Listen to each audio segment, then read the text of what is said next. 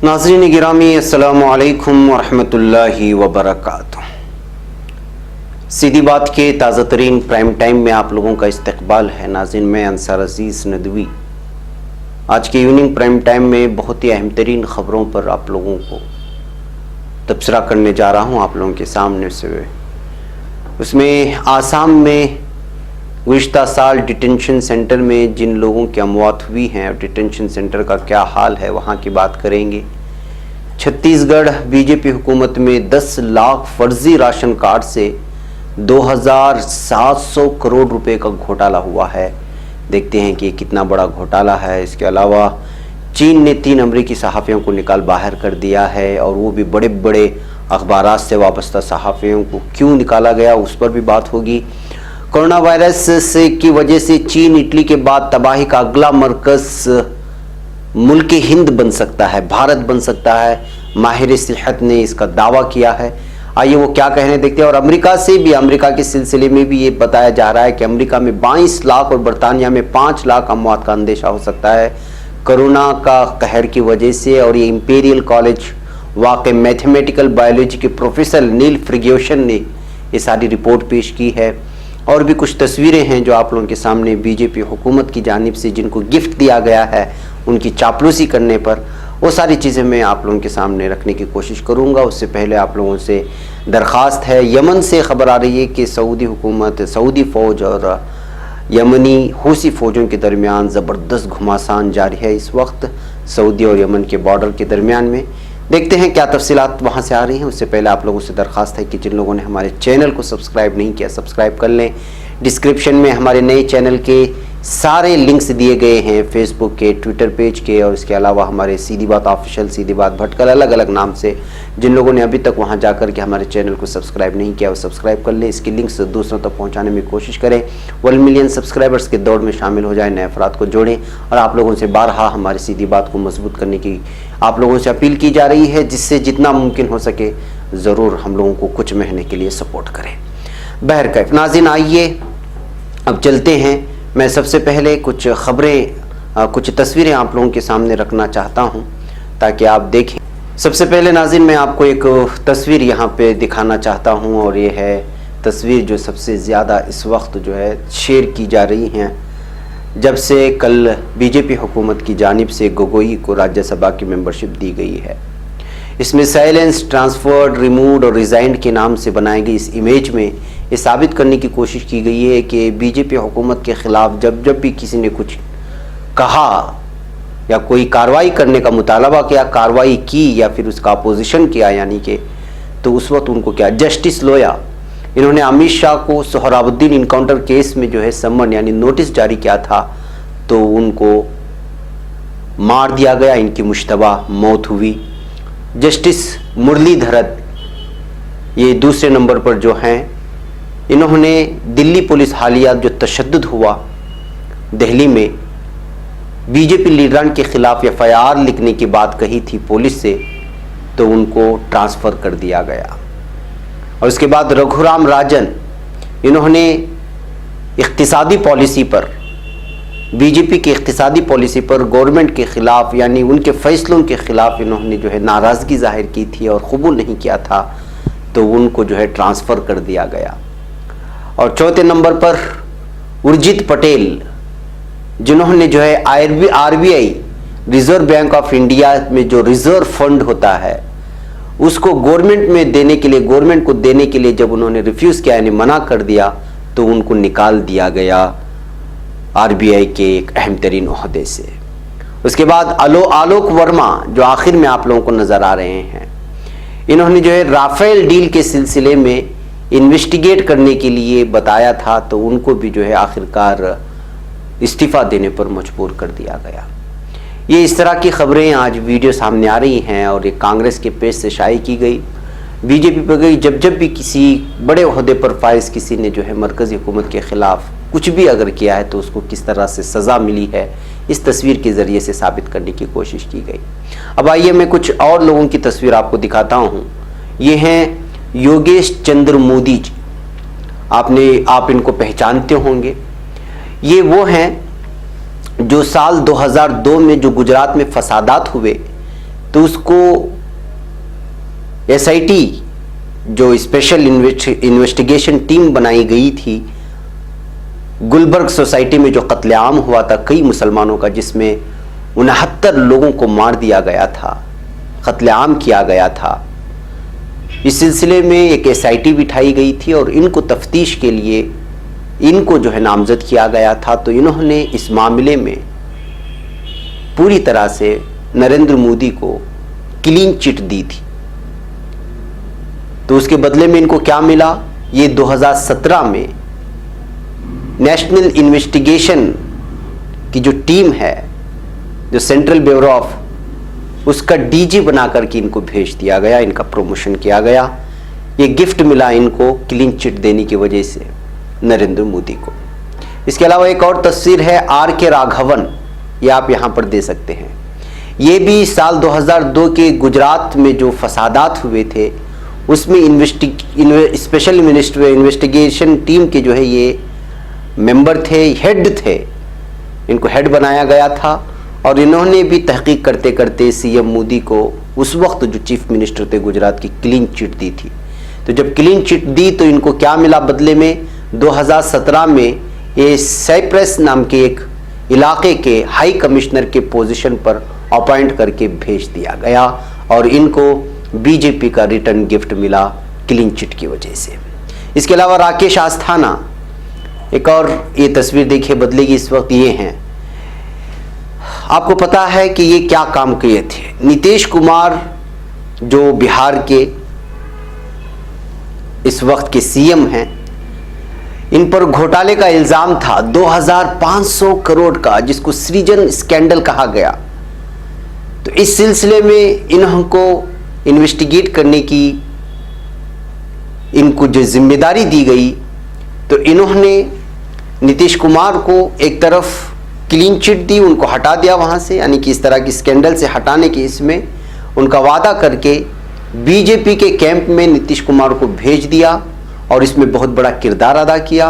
और लालू प्रसाद यादव की साथ जो उनका टाई अप था, उनके साथ दोस्ती तोड़ने पे मजबूर कर दिया।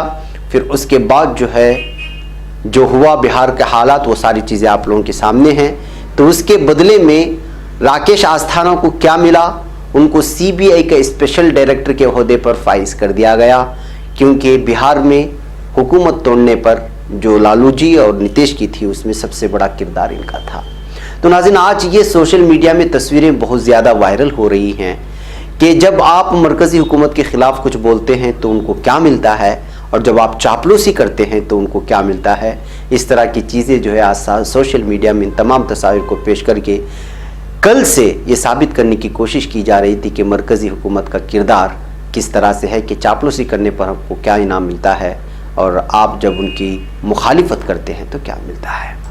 बहरकैफ नाज़रीन, आइए मैं आपको दूसरी खबरों की जानिब ले चला। मुंबई की कुछ तस्वीरें देखिए। आपको मालूम होना चाहिए कि कोरोना वायरस की वजह से मुंबई में जिन लोगों पर मुश्तबा है कि इनके अंदर कुछ हो सकता है या दूसरों की बीमारी फैल सकती है, तो उनके हाथों में जो वोटिंग के वक्त में इंक के साथ आपको निशानदेही की जाती है, उसी के साथ एक ठप्पा मार करके भेज दिया जा रहा है और उनसे कहा जा रहा है कि आप घर में ही रहें, बाहर ना निकलें।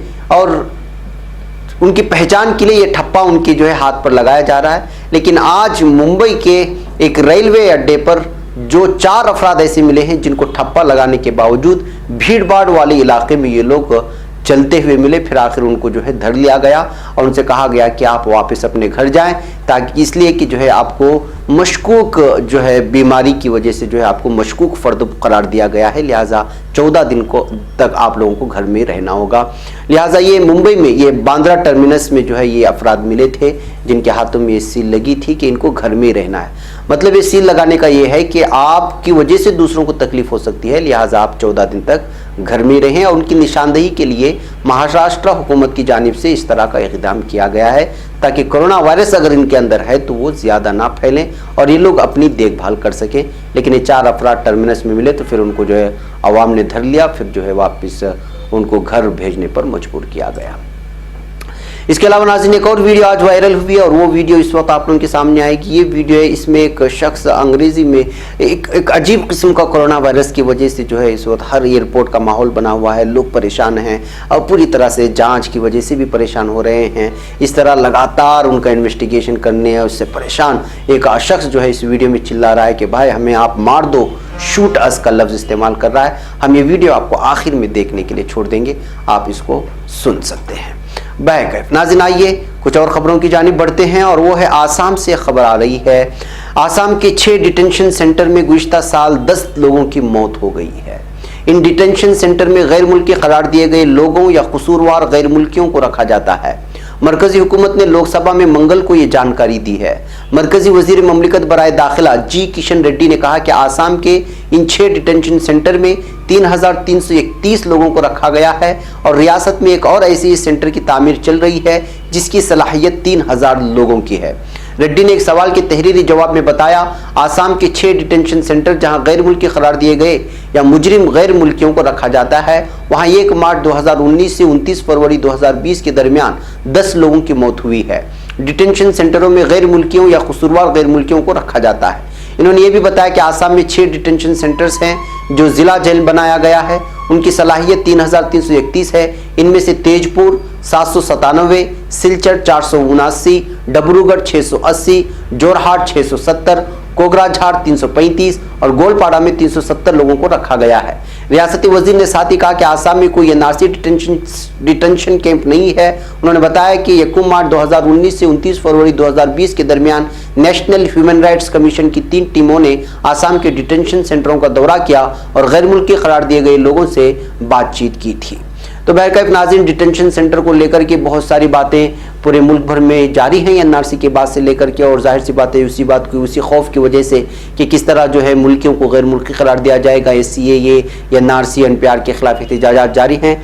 ऐसे में आसाम से आई हुई है खबर कि गुज़िश्ता साल 10 लोगों की मौत हुई डिटेंशन सेंटर में, ये भी बहुत सारी तशवीशनाक पहलू पैदा कर रही है और सुर्खियों में इस वक्त डिटेंशन कैंपस को लिया जा रहा है। मैंने चाहा कि डिटेंशन कैंपस की जो तफसीलात इस वक्त हुकूमत की जानिब से दी गई है वो सारी की सारे आप लोगों के सामने मैंने इस वक्त रख दी है जो उन्होंने जवाब दिया था। नाज़रीन, आइए अब मैं आपको ले चलता हूँ छत्तीसगढ़ में बीजेपी पर घोटाले का इल्ज़ाम लग रहा है और वो भी 2700 करोड़ का। मध्य प्रदेश और राजस्थान में इस वक्त कांग्रेस की हुकूमत है और इन रियासतों में गुज़िश्ता बीजेपी हुकूमतों में हुई बदउनवानी और घोटाले का इंकिशाफ लगातार सामने आ रहा है। ताज़ा मामला छत्तीसगढ़ का है जहां बीजेपी के 5 साल दौर में 2718 करोड़ रुपए के नए घोटाले की बात सामने आ रही है। इस घोटाले को PDS घोटाला बताया जा रहा है जिसमें अप्रैल 2013 से दिसंबर 2018 के दरमियान 2718 करोड़ रुपए की हेराफेरी देखने को मिल रही है। हिंदी रोजनामा दैनिक भास्कर में शाये खबर के मुताबिक 2013 से 2018 के दरमियान जब बीजेपी रियासत में हुक्मरान थी, 10 लाख राशन कार्ड की मदद से तकरीबन 11 लाख टन चावल की हेरा फेरी की गई। इस दौरान रियासत में वजीर आला की कुर्सी पर रमन सिंह बैठे हुए थे। इस घोटाले का इंकिशाफ तहकीकाती ब्यूरो यानी EOW ने अपनी जांच के दौरान किया है। ब्यूरो ने इस मामले में मुताल्लिक उस वक्त के फूड अफसरों के खिलाफ धोखाधड़ी और बदउनवानी का मामला दर्ज किया है। केस दर्ज करने के बाद EOW ने नए सिरे से जांच शुरू कर दी है। इससे मुलजिमीन की शनाख्त में आसानी होगी। नॉन छापों के बाद इस PDS घोटाले को रियासत का सबसे बड़ा घोटाला तस्वुर किया जा रहा है। तो नाज़रीन, जो हुकूमत जो पार्टी ये कह करके कि वो बदउनवानी के खिलाफ है और बदउनवानों की जो है कड़ी सी कड़ी सजा देगी और काले धन को वापस ले आएगी मुल्क, इस तरह के वादों से आई हुई बीजेपी हुकूमत के ही उसके ही एक रियासत में 2700 करोड़ रुपए के घोटाला सामने आया है और वो भी गरीबों के नाम पर। यानी गरीबों को जो राशन दिया जाता है उसके मखसूस एक राशन कार्ड की वजह से उस राशन कार्ड को हवाला देते हुए 2700 करोड़ का घोटाला बीजेपी की हुकूमत में आया है। तो आप बताइए कि आप सवाल इनसे कौन करेगा? मीडिया, मेन स्ट्रीम मीडिया तो इसको दिखाएगा नहीं और इस पर ज्यादा डिबेट तो वो करेगा नहीं क्योंकि वो उन्हीं के हाथों में बिका हुआ मीडिया है। अगर यही किसी और हुकूमत में होता तो आज बवाल मच गया होता पूरे मीडिया में, लेकिन इस खबर को दबाने की कोशिश की जा रही है। वो भी दैनिक भास्कर जैसे अखबार ने इसको शाये किया है, ये भी बड़ी बात है। लेकिन देखना यह है कि अगले दिनों में इस घोटाले को दीगर मेन स्ट्रीम मीडिया दिखाता है या इंटरनेशनल या नेशनल सतह के वो अंग्रेजी, हिंदी और दीगर ज़बानों के अखबारात इसको दिखाते हैं या नहीं है। नाज़रीन, आइए मैं आपको ले चलता हूँ चीन ने 3 अमरीकी सहाफ़ियों को मुल्क से निकाल बाहर कर दिया है। जी हाँ, जिस वक्त पूरी दुनिया को कोरोना वायरस के कहर से दो चार है, इस कहर से लड़ने के लिए मुत्तहिद होने की ज़रूरत है, उस वक्त चीन और अमेरिका की लड़ाई सामने आ रही है। ऐसे नाजुक मौके पर जहां अमेरिका में कुछ तबके कोरोना के लिए चीन को मुरीद इल्ज़ाम ठहरा रहे हैं, वहीं चीन ने अमेरिका की 3 सहाफ़ियों को चीन से बाहर जाने के लिए कह दिया। चीन ने अमेरिकी अखबार वॉल स्ट्रीट जर्नल, बहुत बड़ा अखबार है, इससे वाबस्ता 3 सहाफ़ियों को मुल्क से बेदखल कर दिया है। वाज़ेह है कि गुज़िश्ता माह अखबार में एक कॉलम शाये हुआ था जिसका उन्वान एशिया का कमज़ोर शख्स था। चीन ने इस कॉलम पर शदीद गुस्से का इजहार करते हुए उसे हक़ाइक़ के बरअक्स करार दिया था। बीजिंग ने अखबार से माफ़ी का मुतालबा किया था, ताहम वॉल स्ट्रीट जर्नल के इनकार पर चीन ने मुल्क में मौजूद अखबार से वाबस्ता तीनों सहाफ़ियों के लिए मुल्क छोड़ने के अहकाम जारी कर दिए हैं। अब चीन ने ऐलान किया है कि अमेरिका के वो सहाफ़ी जो New York times, wall street journal और वाशिंगटन पोस्ट से वाबस्ता हैं, उनकी चीन में क़याम की मियाद रवां बरस ख़त्म हो रही है, इसलिए उन्हें भी चीन में मज़ीद काम की इजाज़त नहीं होगी। न्यूज़ एजेंसी रॉयटर्स के मुताबिक चीन के हुकाम का कहना है कि अमेरिकी सहाफ़ियों को आइंदा 10 रोज़ में अपने प्रेस कार्ड्स वापस करने होंगे। ताहम फौरी तौर पर यह वाज़ेह नहीं हो सका है कि चीन के इस ऐलान के बाद कितने सहाफ़ी मुतासिर हो सकते हैं, लेकिन इन खबरों के सामने आने के बाद ये साफ महसूस होने लगा है कि अमेरिकी अखबार जो इस वक्त चीन में हैं, वो चीन के ख़िलाफ़ जो है मज़ामीन लिखने में मुलव्वस हैं। यही वजह है कि इस वक्त जो है चीन की हुकूमत का गुस्सा इनके सहाफ़ियों पर टूट पड़ा है। जाहिर सी बात है कि एक अखबार की 3 सहाफ़ियों को निकालने और दीगर 2-3 बड़े अखबारों के सहाफ़ियों को भी मुल्क खाली करने की वजह से महसूस हो सकता है कि इस वक्त जो है अमेरिका और चीन में किस तरह के हालात पैदा हो रहे हैं। नाज़रीन, एक और बड़ी खबर सामने आ रही है और वो खबर है हिंदुस्तान को लेकर की एक माहिर सेहत का बयान। चीन में कोरोना वायरस ने अब तक 3200 से ज़्यादा, इटली में 2500 से ज़्यादा, ईरान में तकरीबन 1000 लोगों को अपना लुक़मा बना लिया है। हिंदुस्तान में इस वायरस ने अब तक 3 लोगों की ज़िंदगियाँ ख़त्म कर दी। लेकिन फिक्रअंगेज़ बात यह है कि आइंदा दिनों में हिंदुस्तान इस वायरस का सबसे अहम मरकज़ बन सकता है। यह अंदेशा जाहिर किया है एक मारूफ माहिर सेहत ने। उनका कहना है कि आने वाले दिनों में हिंदुस्तान में कोरोना से मुतासिर मरीजों की तादाद में कई गुना इजाफा हो सकता है। ऐसा इसलिए क्योंकि हिंदुस्तान में जो तैयारियां हैं, इसे लेकर वो बाकी एशियाई ममालिक के मुकाबले में कम और नाकाफ़ी समझते हैं। Indian council for medical research ICMR के एडवांस्ड रिसर्च इन वायरोलॉजी सेंटर के साबिक chief doctor T. Jacob John ने हिंदुस्तान में कोरोना वायरस का असर तेजी के साथ फैलने का मज़कूरा अंदेशा जाहिर किया है। उनका कहना है कि हिंदुस्तान का मौसम और आबादी दोनों ही इस तरह के हैं कि वायरस यहां आसानी से फैल सकता है। इनका कहना है कि लोग इसका इलाज नहीं करना चाह रहे हैं और क्वारंटाइन से बचने के लिए भाग रहे हैं। काबिल जिक्र है कि डॉक्टर D. जेकब जॉन हुकूमत हिंद की इंसदाद पोलियो मुहिम की मुशावरती कमेटी में शामिल थे। साथ ही वेलूर वाक़ क्रिश्चियन मेडिकल कॉलेज वाक़ national HIV AIDS reference centre के सरबराह भी रह चुके हैं। डॉक्टर जेकब जॉन का कहना है कि हर हफ्ते एक बड़ा एवलांच बर्फ धंसना बनता जा रहा है जो कभी भी हिंदुस्तान पर गिर सकता है। डॉक्टर जेकब का कहना कि यहाँ के शहर में लोगों और घरों के दरमियान की दूरी बेहद कम है। ज़्यादातर इलाकों में लोग एक दूसरे के बेहद पास रहते हैं। ऐसे में कोरोना वायरस के फैलने का खतरा मजीद बढ़ जाता है। बहरकैफ नाज़रीन, एक मशहूर डॉक्टर और माहिर सेहत की जानिब से आए हुए बयान पर वाकई में जो है हुकूमत को संजीदगी से लेना चाहिए कि वो मज़ीद किस तरह के जो है एहतियाती तदाबीर इख्तियार कर सकते हैं कोरोना वायरस को फैलने से बचने के लिए। इसी तरह की खबर, इसी तरह की एक रिपोर्ट अमेरिका के और बरतानिया के लिए भी आई है और ये स्टडी रिपोर्ट लंदन की इंपीरियल कॉलेज वाक़े मैथमेटिकल बायोलॉजी प्रोफेसर नील फर्ग्यूसन ने दी है। और उनका मानना है कि अमेरिका में 22 लाख और बरतानिया में 5 लाख अमवात का अंदेशा है। जी हाँ, कोरोना वायरस की वजह से पूरी दुनिया में अब तक 7.5 हज़ार से ज्यादा अमवात हो चुके हैं। तकरीबन 2 लाख अफराद इस वायरस से मुतासिर हैं। लेकिन एक ऐसी रिपोर्ट सामने आई जिसमें बताया जा रहा है कि अमवात की तादाद लाखों में पहुंचने वाली है। बरतानिया में हुई एक स्टडी के बाद इस बात का अंदेशा जाहिर किया गया है कि कोरोना वायरस की वजह से सिर्फ अमेरिका में ही 22 लाख अमवात होंगी और बरतानिया यानी यूनाइटेड किंगडम में 5 लाख अमवात का अंदेशा जाहिर किया गया है। इससे पता चलता है कि सिर्फ इन 2 मकामात पर ही 27 लाख अमवात का खदशा है। दरअसल कोरोना वायरस अमेरिका और बरतानिया दोनों जगहों पर बहुत तेजी के साथ फैल रहा है। इसको मद्देनजर रखते हुए स्टडी की जो रिपोर्ट सामने आई है उसमें कहा गया कि हुकूमत जितना अंदाजा लगा रही है उससे कहीं ज्यादा अमवात होंगी। जो कुछ सामने आ रहा है उससे पता चलता है कि कोरोना वायरस की वजह से हालात इंतहाई खराब होने वाले हैं। बरतानिया ने कोरोना वायरस को फैलने से रोकने के लिए कई तरह के सख्त इकदाम किए हैं, लेकिन फिलहाल कोई अच्छी खबर सामने नहीं आ रही है। पीर के रोज बरतानिया के वजीर आजम बोरिस जॉनसन ने सभी तरह की समाजी जिंदगी पर पाबंदी लगा दी थी। ये मुल्क दुनिया की 5वीं बड़ी मईशत है और इस वक्त अपने सबसे बुरे दौर से गुजर रही है। गोया कि लोगों की मौतें हो रही हैं, मुल्क की माशी हालत भी खराब होती जा रही है। बोरिस जॉनसन ने अपने एक बयान में कहा कि 70 साल से ज्यादा उम्र के लोगों को खुसूसी एहतियात की जरूरत है और लोग घर से बाहर निकलने से बचें। बैकअप नाज़रीन, लंदन के इंपीरियल कॉलेज वाक़ एक मैथमेटिकल बायोलॉजी प्रोफेसर नील फर्गूसन ने जो रिपोर्ट तैयार की है वो वाकई में जो है अमेरिका के लिए और लंदन के लिए बड़ी ही तशवीशनाक रिपोर्ट उन्होंने सामने लाई है। उन्होंने इटली से लिए डाटा की बुनियाद पर कोरोना वायरस के असर से होने वाले अमवात का अंदाजा लगाया है। काबिल जिक्र है कि लंदन में 1918 में बुखार की खतरनाक वबा फैली थी। नील फर्गूसन ने 1918 की इस वबा का मुआवजा कोरोना वायरस से भी किया है। उन्होंने कहा है कि वबा से निपटने के लिए मुनासिब इकदाम किए गए हैं, जिसकी वजह से अमेरिका में 22 लाख और बरतानिया में 5 लाख अमवात हो सकती है अगर सही तौर पर इकदामात नहीं किए गए हैं। बहरकैफ नाज़रीन, जाहिर सी बात है कि इस वक्त कोरोना वायरस की वजह से वो फैलने से ज़्यादा उसका खौफ, उसकी डर जो लोगों के अंदर बैठा हुआ है, ये सबसे बड़ी तशवीशनाक बात है कि जो है इस कदर इस वक्त इसका खौफ फैला है कि जो है पूरे के पूरे ममालिक इस वक्त लॉकडाउन हो चुके हैं और सारी ज़िंदगी के रोज़मर्रा की जो भी कार्रवाइयाँ हो सकती हैं, एक किस्म से ज़िंदगी थम सी गई है और हर तरह यूँ समझिए कि जो है हर तरफ एक खौफ व हरास का माहौल बना हुआ है, जबकि ये अमवात कम है और खौफ व हरास ये ज़्यादा महसूस की जा रही है। ऐसे हालात में बहैसियत मुसलमान हम लोगों का ईमान अल्लाह पर होना चाहिए। मौत व हयात का मालिक अल्लाह है। आप घर में रहें, बाहर घूमें, जहाँ भी रहें, अगर मौत मुक़द्दर में लिखी है तो वो आके रहेगी। जाहिर सी बात है कि उसके अपने कुछ वजूहात होते हैं।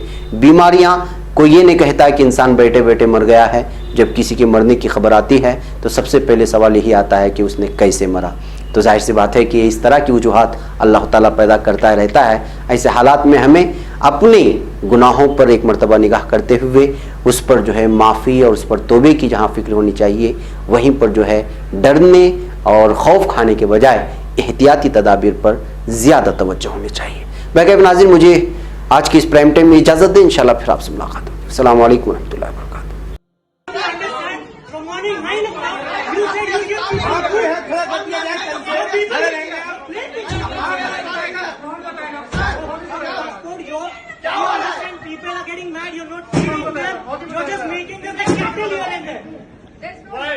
And you all shoot us! Shoot us! Shoot us! Please shoot us! Kill us!